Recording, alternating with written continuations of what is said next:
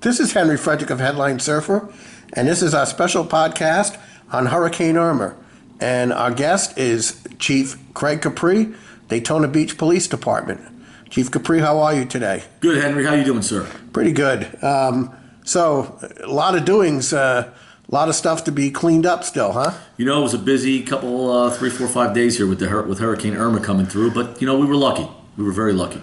Thank God. Now, how'd your family fare in the hurricane? You know, I got my family out of town before the hurricane hit. I got them out of the state so they were protected so I could focus on doing the job I needed to do. Because if you're here at work and you have to worry about your family, you're not going to be 100% focused and committed to the citizens in the city. So it's best to get them out of town knowing they're safe. Then I can do what I need to do here for the citizens and for our great city. Certainly, Chief of Police. Yes, sir. I would think with the wife and, 3 kids? Yes. See, would you bring them up to have them drive up to Georgia? Up to Georgia, got them out of town with the in-laws. The whole family went, even the dog. I boarded my house up, I lowered my pool, and I came to work end of last week, and I actually lived at the police station for about 3 nights. Now, you had a cart or something? A little cot, yeah, it's okay, but I didn't use it much because I was working, 20 plus hours a day. And so would you get a couple hours a day? About 2 hours, 2 or 3 hours, give or take. But you know what? I could sleep this weekend now. I know that our city is safe and our residents are okay and our visitors are okay. That's going to be pretty tough on, a lot of adrenaline flowing when you have a big event like this with 100-mile-an-hour winds. Well, I was actually Category 4, and then it went to a Category 3. You know, I can tell you, I don't know, I'm not a meteorologist, but I can tell you this, it was windy. And it was wet, and it was dark, and that's all good, because we're police officers, that doesn't bother me. Electrical wires down, whether they're live or not live, that's a little hair-raising. But, we went out there, we did what we had to do to protect our citizens. We were out in the storm, we did what we had to do, and we rescued some people, and, everybody was okay. How difficult was it for you, Chief, with the predictions of it was going to come up on the eastern side of the state, and it was going to come through the center part, and then it was going to come up through Naples and up the west coast? Well, it's about preparing and planning, and we had our plan in place going back last week, and we had a very good plan between the police department, fire department, public works, the whole entire city working together, and we were monitoring the storm several days out from the EOC. So we knew we were tracking right up to the last minute when those winds were coming, and we were prepared. About 11 o'clock Sunday night into about 5, 6 o'clock Monday morning was our peak time, and there was winds up to 60, 70 miles an hour sustained, some 80, 90 mile an hour gusts, but we were out in the storm out there, myself and the Sheriff Chitwood. We were out there with the city manager, Jim Chisholm. We were out there, we did a rescue. There was a flooded apartment complex on at 1025 South Beach Street. It's called Sail Point Bay Apartments. Yeah. We had several 911 calls for help. Myself, the sheriff, and Mr. Chisholm, Jim Chisholm, our city manager, loaded up in these trucks that we have. They're called water trucks from the military. And these trucks are equipped to go in 6 to 8 feet of water for rescues. Is that an MRAP or is that similar to No, we that? had the MRAP, but the MRAP can only go so far because, right. We couldn't get in there. So we had to use these water trucks that we got from Fort Stewart, the sheriff did. And we went out there, we rescued about 25 people. You're not going to find too many city managers in the country going out there at 3 o'clock in the morning rescuing citizens, which is great. It just goes to show you the type of city we have, the leadership we have. We lead from the front, we lead from the top. So I'm very pleased at our response to the Hurricane Irma. Now, just to put things in perspective for people, you have a pretty large city. You have the whole mainland. Yes. Then you have the beach side. Yes. And you have, 65,000 people, regular population, then it can swell to 500,000. 500,000, just like that for the Absolutely. Daytona 500 or, Yes, spring break isn't as big as it used to be, but still, you get the summer tourism season. The families, year round we have stuff going on here, Henry. This city is an event town. It's event driven. But you know what? We prepare for these events for years. In my 27 years here at the police department, we're conditioned for this. So when a hurricane comes, it's really not a big deal to us because as far as the planning aspect of it, we have our plan, we stick to our game plan, and just hope for the best. And we did good here. We did have one fatality last night. We had a young person, female, that was got exposed to carbon monoxide poisoning by running a generator inside of her apartment. Don't these people get it? Well, Henry, it's a tragedy, but I can tell you that we put a public service announcement out a couple days ago on our social media page. The news has been talking about it. Do not leave generators. Yeah, you had it out there. Yes. The sheriff's office had it out there. It's just police agencies across Central Florida. No generator in the house or the apartment. Unfortunately, there were several deaths in or the even state. garage. Yes, there were several deaths in the state in regards to carbon monoxide poisoning from generators being inside the house. We had 2 deaths last year So we really wanted to stress that point. Well, 2 of the 5 were Yes. carbon monoxide related. Yes. I can't be sure, but I think I heard something about 8 people in South Florida Yes. dead. No air monoxide. conditioning. Well, no, this was a temperate issue. No, I heard, no air I heard conditioning. there was a nursing home that they left. Yeah. They left people there. I don't know. I don't know And if that's they true. didn't have air I don't conditioning know if that's on. true, but if that's the case, That is why the would you case. leave people there like that? I You just gotta think rescue. I just think it was the water was filling up, and people just some people just don't care. Well, you know what? As police officers, we care. As first responders, we care. And firemen and whatever, police, we're going to go in there and get everybody out, and then worry about ourselves. And that's what we get paid for, and that's what we do. So that would never happen here in Daytona Beach, because I would make sure that doesn't happen. Now, you're a pretty intense guy in general, so am I, Sir. as you know from years of dealing with one another. Yes, sir. But you seem to be really stoked right now. Are you still on that adrenaline high? Yeah. I'm just so happy the way the plan went into effect, because last year we learned lessons learned from Matthew as we come into Irma. And one thing we learned was we need to be better planned for this storm than last year. And I think we came up with a great plan, our command staff and city officials.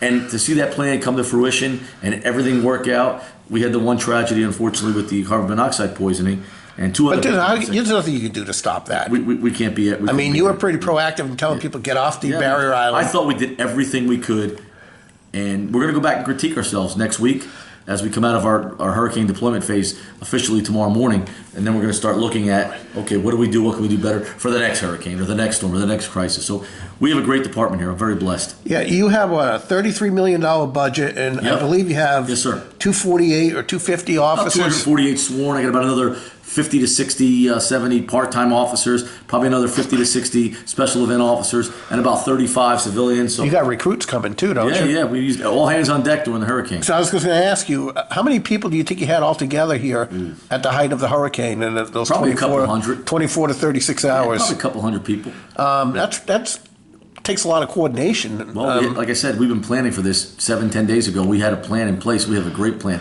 And when I say 7-10 days ago, that was just kind of the finalizing plan. All year we've been planning from lessons learned from Matthew. And one good thing that saved us, I'd like to bring up the point, is that Matthew, there was a lot of old trees and debris that hadn't been cleared for about 10 years. Hurricane Matthew comes through, caused a lot of damage. Well, but that was a good pruning. Well, that's what I was going to get to, Henry, because for 8-9 months after Matthew, we were picking up debris. It took forever to take it up, but you know what? Now for Irma, there wasn't much debris to be picked up. A lot of the roadways were cleared. I was out on the road riding about 3 o'clock in the morning in the storm, going to that rescue, and I'm looking for debris on the road. I couldn't find any debris. Where the world's most famous beach sign is, where the pier is, that part of that building was torn away. Yeah, I saw some of Is that like the worst of it? It didn't seem like you had a lot of structural damage. A lot of cosmetic damage here. Cosmetic, but not like roofs torn away. No, but you know what, Henry? I'll take cosmetic and property damage all day long than the loss of human life. And we had no loss of human life other than the storm, other than the carbon monoxide, which was after. And that's where most of your injuries and deaths occur. Once the storm's gone, in the recovery, in the cleaning up phase and mitigation phase is when you have people usually get hurt and killed, unfortunately. And when do you think that the city will return to normal? Well, the city probably by this weekend. I know that the city hall is open for business today. Police department's been open. We are in a hurricane deployment operational mode, but tomorrow morning we go back to regular operations. And like I said, we're going to keep doing what we need to do to make our citizens and our visitors now, did you have your safe. Zones, or I don't remember if you work like 10-hour shifts or 12-hour everybody shifts? was on 12-hour shifts, 12 on, 12 off, and we had different locations. We had we had the Daytona Beach Police Department headquarters at Valor, 129 Valor Boulevard, and we had another office set up at Embry-Riddle's campus at the ICI Sports Center, their basketball arena. Yeah, we had firefighters space. And police out there, and that we put that for a reason, because that was kind of center in the city, and if we needed to respond out to rescue people, it would be easier to go from there than here at Valor. Now, I know regular civilians, like myself, it was hell getting gas. I'm glad I got it when I did, and I got a couple of things in the trunk. But for police officers, you got to gas up a lot of vehicles. We had gas taken care of at our city yards, but I can tell you, Governor Rick Scott did a great job leading this state through this crisis. This hurricane, he should be commended for the leadership he displayed, the constant press conferences, the involvement, looking out, planning. He did a phenomenal job. And he was everywhere. He was everywhere. I was with him last Thursday. Myself and Sheriff Chitwood were with him. What about food and water for your officers? More than enough food and water. Where did you get it, though? I mean, did you have that stocked up? We had the city had bought some stuff and planned, and we were cooking at Municipal Stadium and delivering the food out. We also had several donations from Walmart. We had donations from Sam's Club. We had donations from Five Guy Hamburgers, donated all their meat that was going to go bad that we had. Right. So we had cakes and cookies and snacks. Did you have enough bread? Nobody could find any bread and milk anywhere. We had a regular. This was a regular restaurant here. It was great. So I mean, the food and water, that was not even an issue. I would think you'd need those carbs and that energy. Carb up, yeah. To keep these cops, Yeah. morale not was an at issue. an all-time high, and I'll tell you All-time why. high. Because we had a great plan, and we shared that plan several days ago. We sent the plan out to email everybody so they can read the plan, and they knew what to expect. And morale was at an all-time high. Well, morale's been great for the last 6 months anyway. Yeah, well, it's really picked up a lot. It has. And that's a testament to you. Well, thank you, Henry. Which is one of the reasons why you're one of our top cops overall in Central Florida. That, Henry. I appreciate that.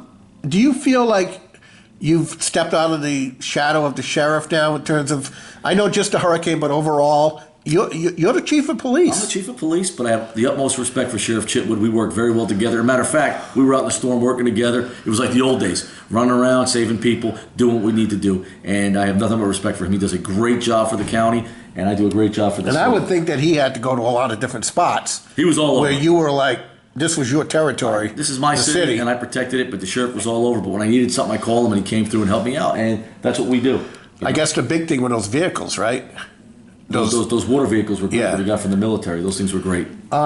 Any problems with looters? I know there were some Couple. cities that had some We had robberies, and you had a few, right? We caught 3 guys breaking into a gift shop, stealing T-shirts and crap. We caught them. The storm had broken the window. What is that like when you see Atlantic, these? I believe, Ocean Club. When you see Sportswear. these clowns in operation like that? Well, it's stupidity, and they were trying to run out the store, and we caught them. And then Port Orange had some incidents. We had a couple burglaries, and we caught one guy with the jewelry from a jewelry store he broke into on he Seabrook. had a hammer, Yeah. and he smashed a couple of panes of glass to get this jewelry. Yeah, he was wearing the jewelry when we caught him, and he confessed. So, and we're clearing that up. So, it's just unfortunate that people take advantage of situations like a hurricane when people come. But you know what? That's very few and far between. Most of the people, it was great to see the American spirit. People looking out for each other, people helping each other, people working together. But you're going to have a few people there that just don't get it, that are criminals and that are part of the problem. But they're very few compared to the overall commitment of everybody working together. How was the homeless situation during the height of the hurricane? We took care of everybody. Just because you're homeless doesn't mean you're not going to be taken care of. I don't look at somebody homeless. If you want to, everybody gets treated the same. Everybody gets taken care of the same. And we provided shelter or got anybody, any citizen, any human being to safety and shelter. Everybody rode together to wherever they need to get, right? Get people. No segregation or. No, but they had a shelter set up for the homeless at the Salvation Army and people were like saying Special needs. Special needs. There was medical people there. Drinking, there was, alcohol. Yeah, there was counselors there. That's all that was for. But if a homeless person went to any shelter, they can go in.